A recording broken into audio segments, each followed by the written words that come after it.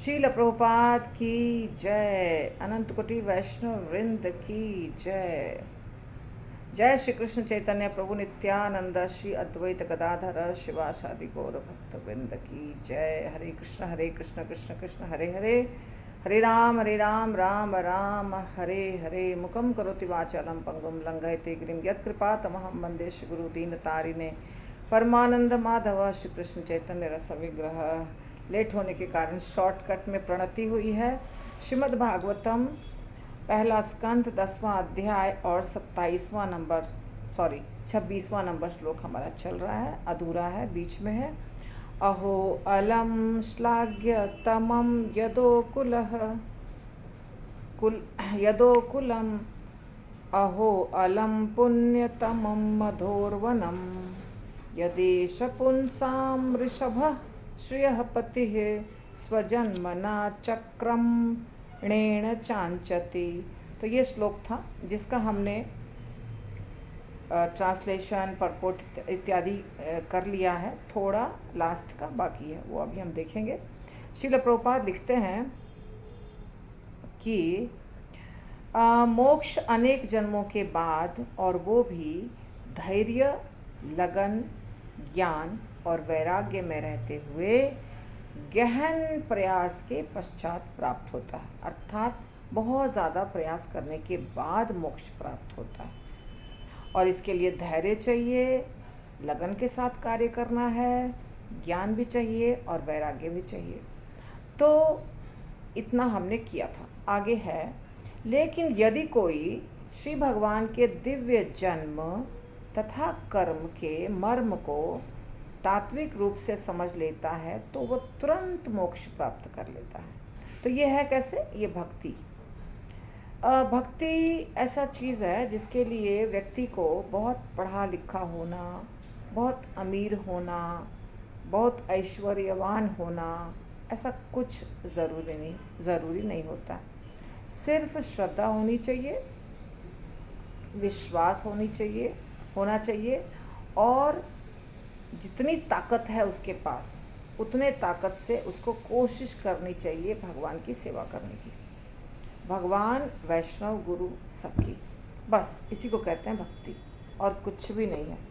यही विस्तार पूर्वक होता है, उसी में सब कुछ आता है। नाम जप हो या सेवा हो, सब इसके अंदर आता है। तो उस व्यक्ति को भौतिक दृष्टिकोण से बहुत ज़्यादा गुणवान होना, ऐश्वर्यवान होना, ज्ञानवान होना, ये सब मतलब नहीं है इसका। कोई हो है तो भी अच्छी बात है। यदि किसी के अंदर बहुत गुण है, बहुत धन है, बहुत पैसा है, बहुत रूप है और कला है तो अच्छी बात है। लेकिन अगर नहीं है तो भी चलेगा। क्या करना है उसको? सिर्फ भगवान के जन्म और कर्म को अच्छे से समझना है, जैसा कि भगवान भगवत गीता में बताए हैं। भगवान अगर भगवान के बारे में ये बात कहा जा रहा है शास्त्र में कि भगवान गोवर्धन पर्वत उठाए, तो मानना है कि भगवान ने गोवर्धन पर्वत उठाया। भगवान उठा सकते हैं। यदि ऐसा कहा जा रहा है कि भगवान 16,108 कन्याओं के साथ विवाह किए, तो उसको मान लेना है कि हाँ, ये भगवान कर सकते हैं, ये सिर्फ भगवान कर सकते हैं। भगवान का शरीर हमारे जैसा नहीं होता है, उनका शरीर दिव्य होता है। वो असमौर्ध्व है, उनके बराबर कोई नहीं है। या उनकी मृत्यु नहीं होती है, उनका जन्म नहीं होता है। ये सब चीज़ें जो छोटी छोटी चीज़ें जो एक भक्त आराम से मान लेता है, विश्वास कर लेता है, परंतु अभक्त बिल्कुल नहीं मानता है। तो जो मान लेगा उसके लिए मोक्ष प्राप्त कर लेना बहुत आसान है, यानी भगवान के धाम जाना बहुत आसान है।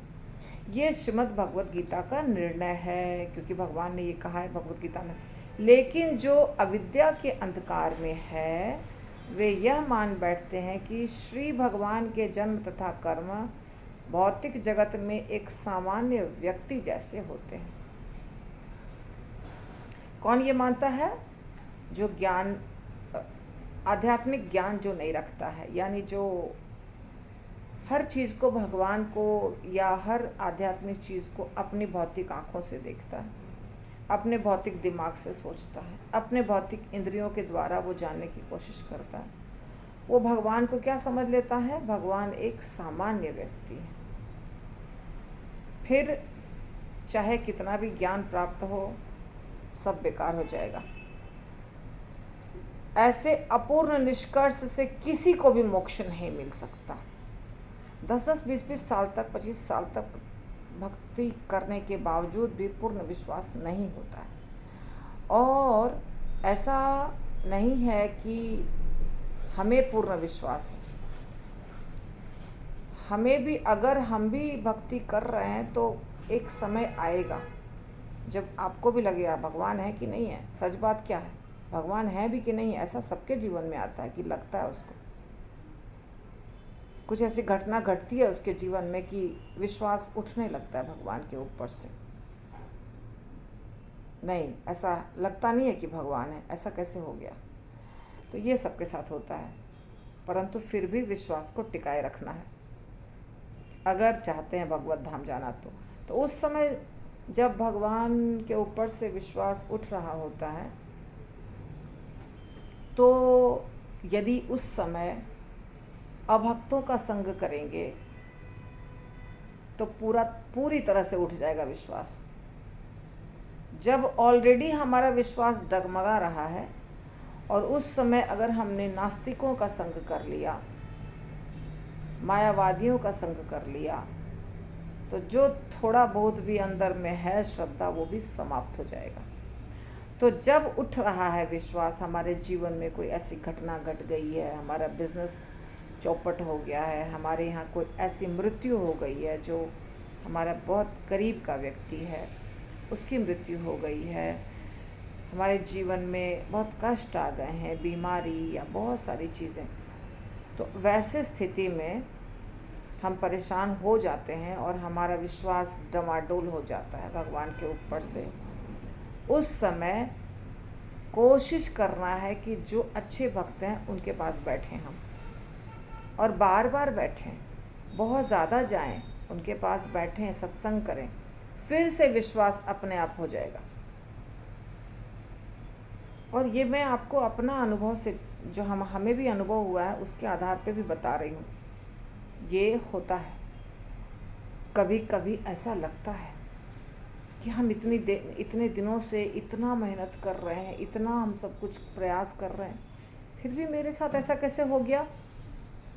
जब ये ऐसा होता है तो मतलब मेरे जीवन में जब ऐसा हो रहा था, भगवान है कि नहीं है, भगवान है कि नहीं है, ऐसा क्यों हो रहा है? ऐसा इसलिए नहीं कि मेरे जीवन में कोई घटना घटी थी, इसलिए नहीं, ये पॉइंट नहीं है मेरा, पर दूसरे के जीवन में ये भी पॉइंट हो सकता है। मेरे जीवन में ये पॉइंट नहीं है। मेरे जीवन में ऐसा हुआ था कि जब मैं शास्त्रों को पढ़ती थी, और शास्त्रों में बहुत सारी चीज़ें ऐसी आती थी जो इन आँखों से या इन इंद्रियों से समझ में नहीं आता है, और फिर आपको और भी कोई बोलने वाला है जो बताएगा। जैसे मेरे घर में मेरा बेटा है जो मुझे प्रूव करता रहता है हमेशा कि भगवान, मतलब शास्त्र पूरा बोनाफाइड नहीं है। भगवान हो सकते हैं पर शास्त्र पूरा बोनाफाइड नहीं है, इसमें बहुत गलतियां हैं, वो प्रूव करता रहता है। ये मेरे जीवन में हुआ है। तो उन दिनों मेरा भी लगता था कि क्या बात है, हम इतना कर रहे हैं, ये झूठ तो नहीं। ऐसा बहुत साल पहले की बात है, तो लंबा चलता है, ये चला था, मेरे जीवन में भी चला था, सबके जीवन में चलता है। तो उस समय मैं जो सोच रही थी वो आपको बता रही हूँ, शेयर कर रही हूँ।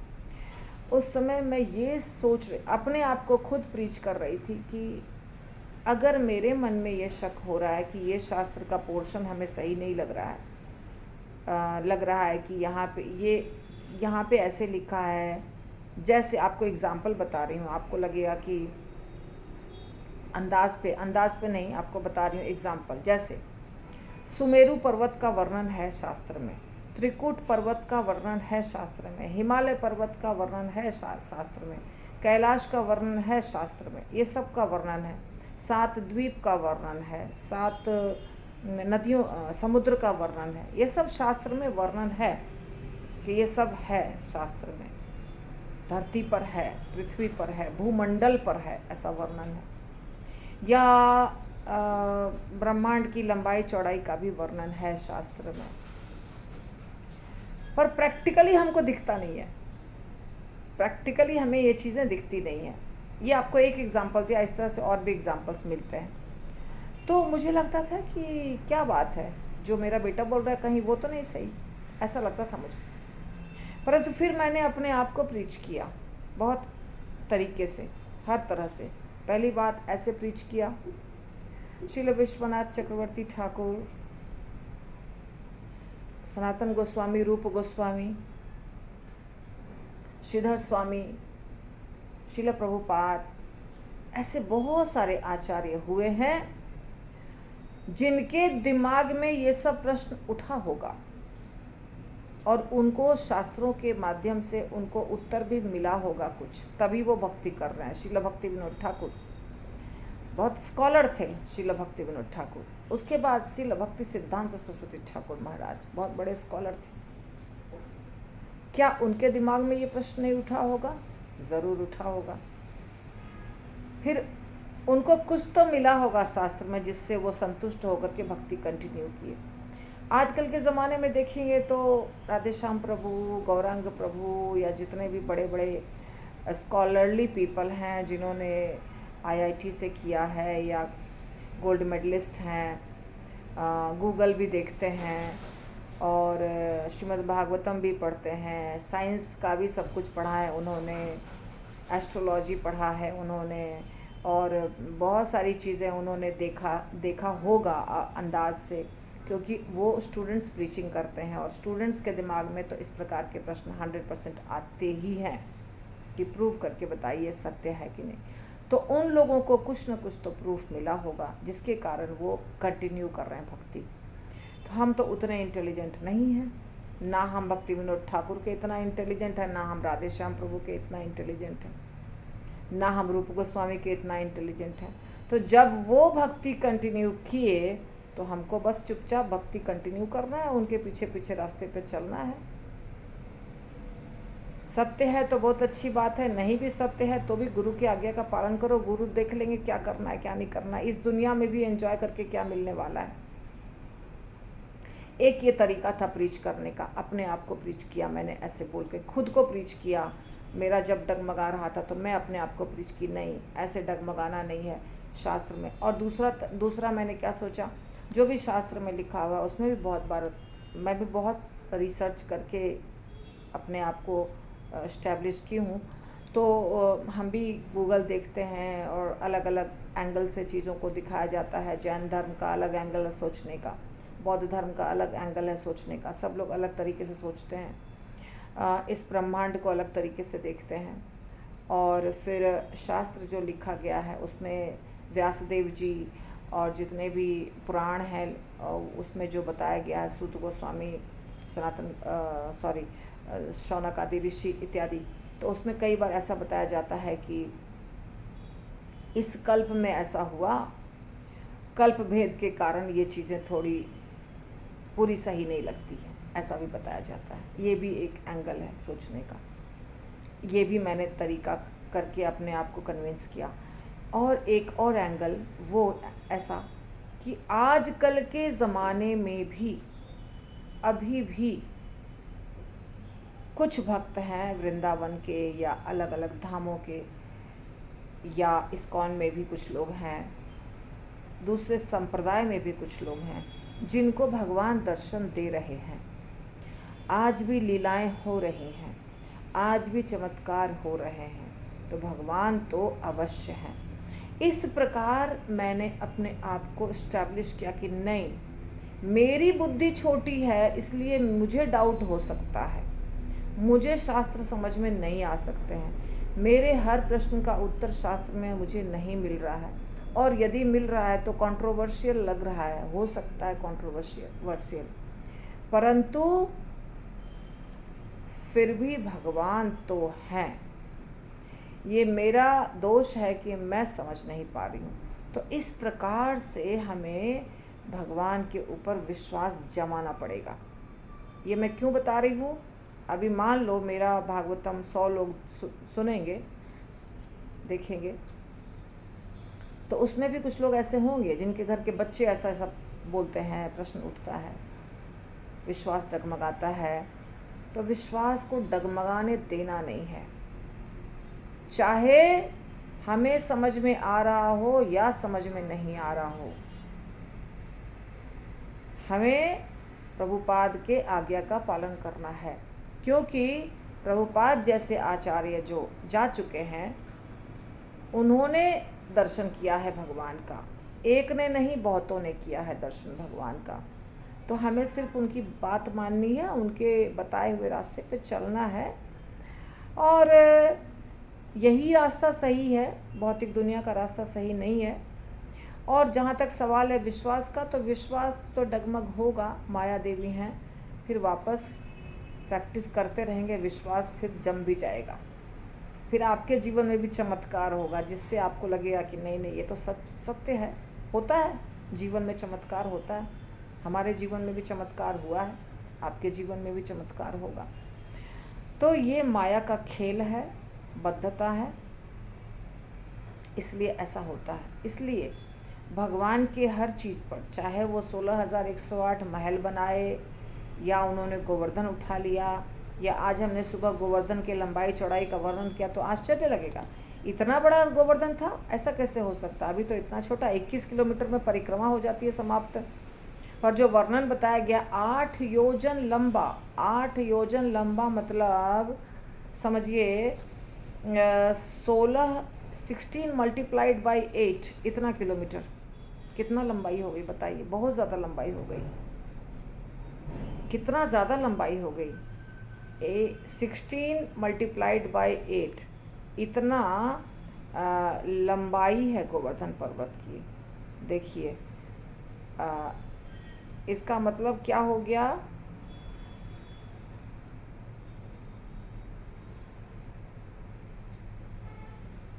वन 152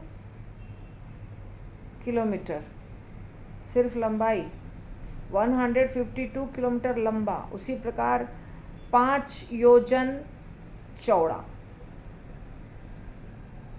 5 योजन चौड़ा, यानी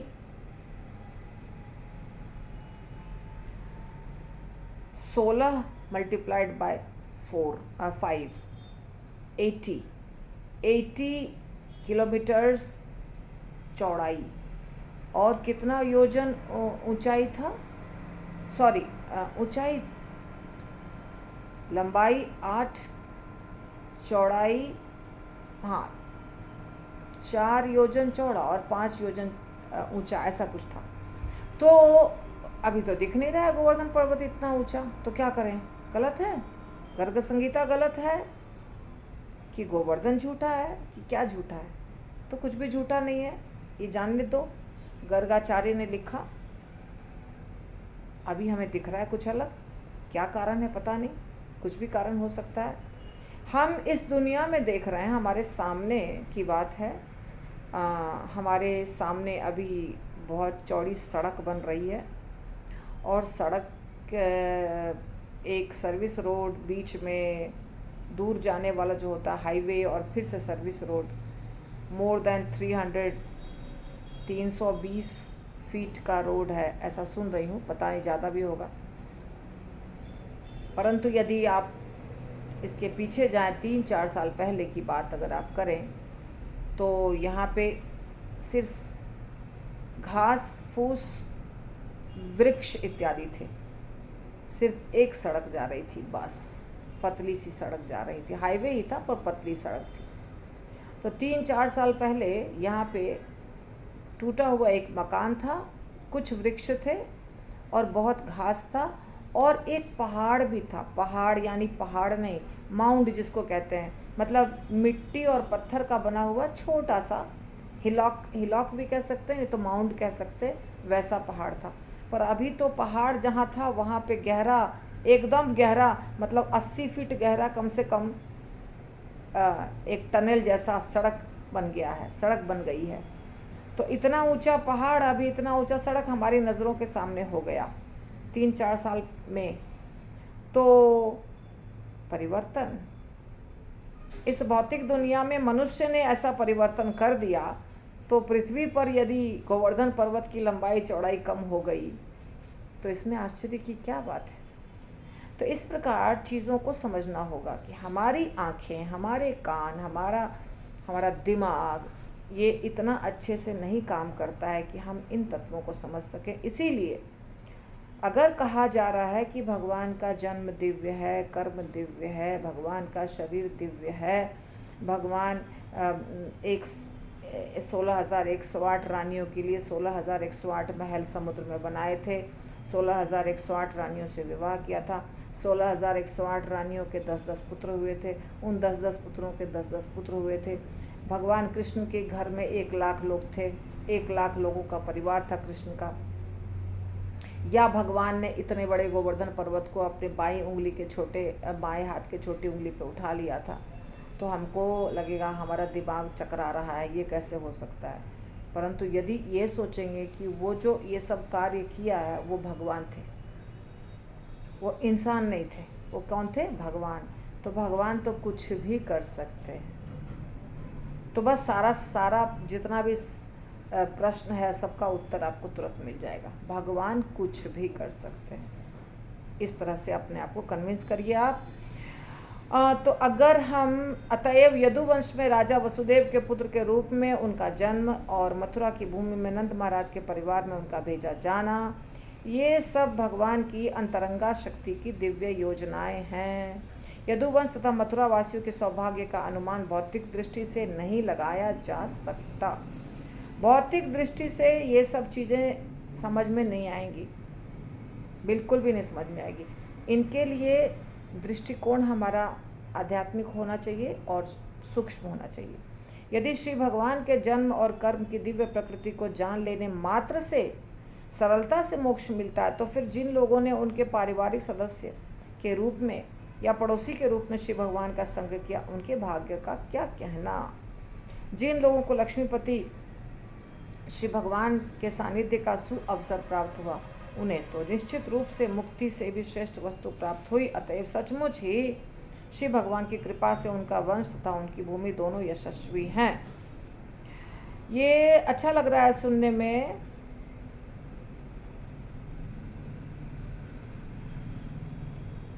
दसवां महीना चल रहा है और मैं सब जगह 9 लिखते जा रही हूँ अभी तक, तो 10वां महीना चल रहा है। तो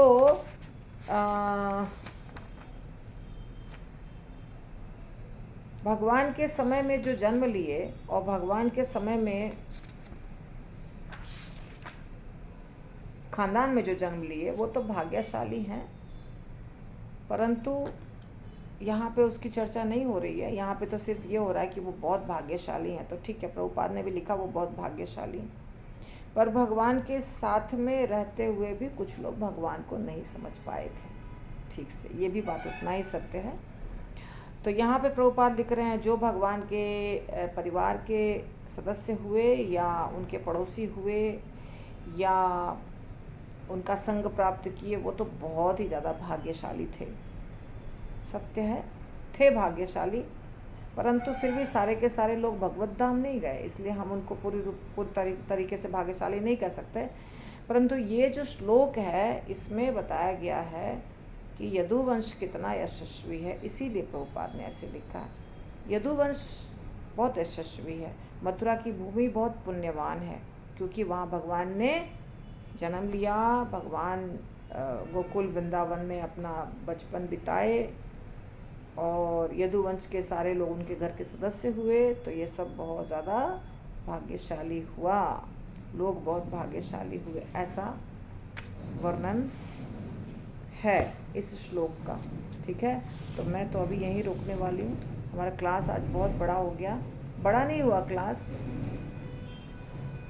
ये तो भागवतम छोटा ही हुआ है, लेकिन पूरा मिला के समय लगा है ज़्यादा।